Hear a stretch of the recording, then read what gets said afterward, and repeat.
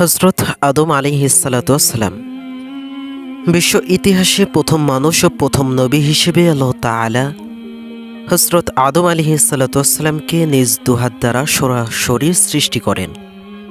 মাটির সকল উপাদানের সার নির্যাস একত্রিত করে আঠালো পোড়ামাটির ন্যায় সূক্ষ্ম মাটির তৈরি সুন্দরতম অবয়বে রূহ ফুঁকে দিয়ে আল্লাহ আদম আলাইহিসসালামকে সৃষ্টি করেছেন।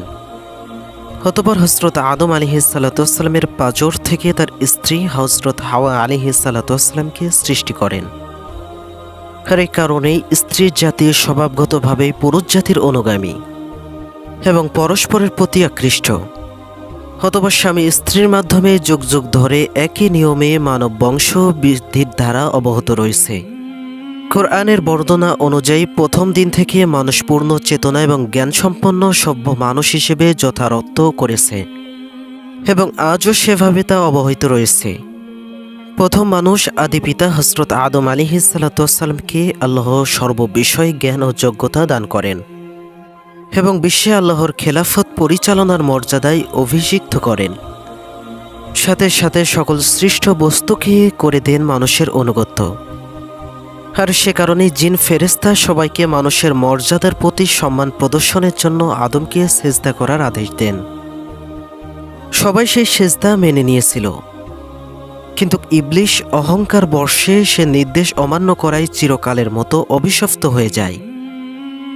অথচ সে ছিল বড় আলিম এবং ইবাদত গুজার।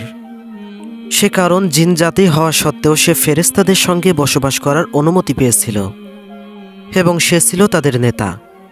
কিন্তু আদমের উচ্চ মর্যাদা দেখে সে ঈর্ষাকাতর হয়ে পড়ে। ফলে অহংকার বর্ষে আদমকে সেজদা না করায় এবং আল্লাহর ভীতি না থাকায় সে আল্লাহর গজবে পতিত হয়। শয়তানের সৃষ্টি ছিল মানুষের জন্য পরীক্ষা স্বরূপ। ইবলিসকে আল্লাহ তাআলা মানুষের জন্য পরীক্ষা স্বরূপ সৃষ্টি করেন এবং কিয়ামত পর্যন্ত তার হায়াত দীর্ঘ করে দেন। মানুষকে আল্লাহর পথ থেকে বিচ্যুত করার জন্য এবং তাকে ধোঁকা দেওয়াই শয়তানের একমাত্র কাজ। সে মানুষকে বলে কুফরি করো, কিন্তু যখন সে কুফরি করে শয়তান তখন বলে আমি তোমার থেকে মুক্ত, আমি বিশ্বপ্রভু আল্লাহকে ভয় করি। অন্যদিকে যুগে যুগে নবী ও রাসূল ও কিতাব পাঠিয়ে আল্লাহ মানুষকে সত্য পথ প্রদর্শনের ব্যবস্থা অব্যাহত রাখেন। হজরত আদম আলাইহিসসালাম থেকে শুরু করে শেষ নবী হজরত মুহাম্মদ সাল্লাল্লাহু আলাইহিসসালাম পর্যন্ত 1,24,000 পয়গম্বর দুনিয়াতে এসেছেন এবং বর্তমানে সর্বশেষ এলাহি গ্রন্থ পবিত্র কোরআন ধারণ এবং বাহক মুসলিম ওলামায়ে কেরাম শেষ নবীর ওয়ারিস হিসেবে আল্লাহর প্রেরিত ওহির বিধানসমূহ বিশ্বব্যাপী পৌঁছে দেওয়ার দায়িত্ব পালন করে যাচ্ছেন। পৃথিবীর চূড়ান্ত ধ্বংস তথা কিয়ামতের অবহিত কাল পূর্ব পর্যন্ত এই নিয়ম জারি থাকবে। শেষ নবীর ভবিষ্যৎবাণী অনুযায়ী পৃথিবীর এমন কোনো বস্তি ঝুপঝুরি ঘরও থাকবে না যেখানে আল্লাহ ইসলামের বাণী পৌঁছে দেবেন না। এত সত্ত্বেও অবশেষে পৃথিবীতে যখন আল্লাহ বলার মতো কোনো লোক থাকবে না, অর্থাৎ প্রকৃত তাওহীদের অনুসারী কোনো মুমিন ব্যক্তি থাকবে না, তখন আল্লাহর হুকুমে প্রলয় ঘনিয়ে আসবে এবং কিয়ামত সংঘটিত হবে। মানুষের দেহগুলো সব মৃত্যুর পরে মাটির সঙ্গে মিশে যাবে, কিন্তু রূহগুলো ভালো বা মন্দ আমল অনুযায়ী ইল্লিয়াইন বা সিজ্জিনে অবস্থান করবে, যা কিয়ামতের পরপরই আল্লাহর হুকুমে স্বদেহে পূর্ণ প্রবেশ করবে এবং চূড়ান্ত হিসাব নিকাশের জন্য সকল মানুষ সশরীরে সৃষ্টিকর্তা আল্লাহর দরবারে নিতে হবে।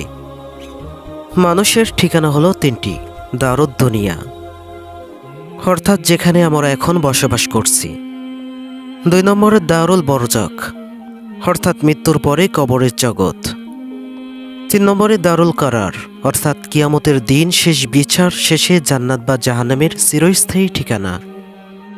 অতএব পৃথিবী হলো মানুষের জন্য সাময়িক পরীক্ষাগার মাত্র। জান্নাত থেকে নেমে আসা মানুষ এই পরীক্ষাস্থলে পরীক্ষার শেষে সুন্দর ফল লাভে পুনরায় তারা জান্নাতে ফিরে যাবে, অথবা ব্যর্থ কাম হয়ে জাহান্নামে নিক্ষিপ্ত হবে। অতঃপর সেখানেই হবে তাদের সর্বশেষ যাত্রা বিরতি এবং সেটাই হবে তাদের চূড়ান্ত এবং চিরস্থায়ী ঠিকানা। আল্লাহ তাআলা বলেন, মাটি থেকেই তোমাকে সৃষ্টি করেছি, ওই মাটিতেই তোমাদেরকে ফিরিয়ে নেব। অতঃপর ওই মাটির থেকে আমরা তোমাদেরকে পুনরায় বের করে আনব। অতঃপর বিচার শেষে কাফেরদেরকে হাঁকিয়ে নেওয়া হবে জাহান্নামের দিকে এবং মুত্তাকিদের নেওয়া হবে জান্নাতের দিকে। এভাবে সেদিন জালেম তার প্রাপ্য শাস্তি ভোগ করবে এবং মজলুম তার যথাযথ প্রতিদান পেয়ে ধন্য হবে।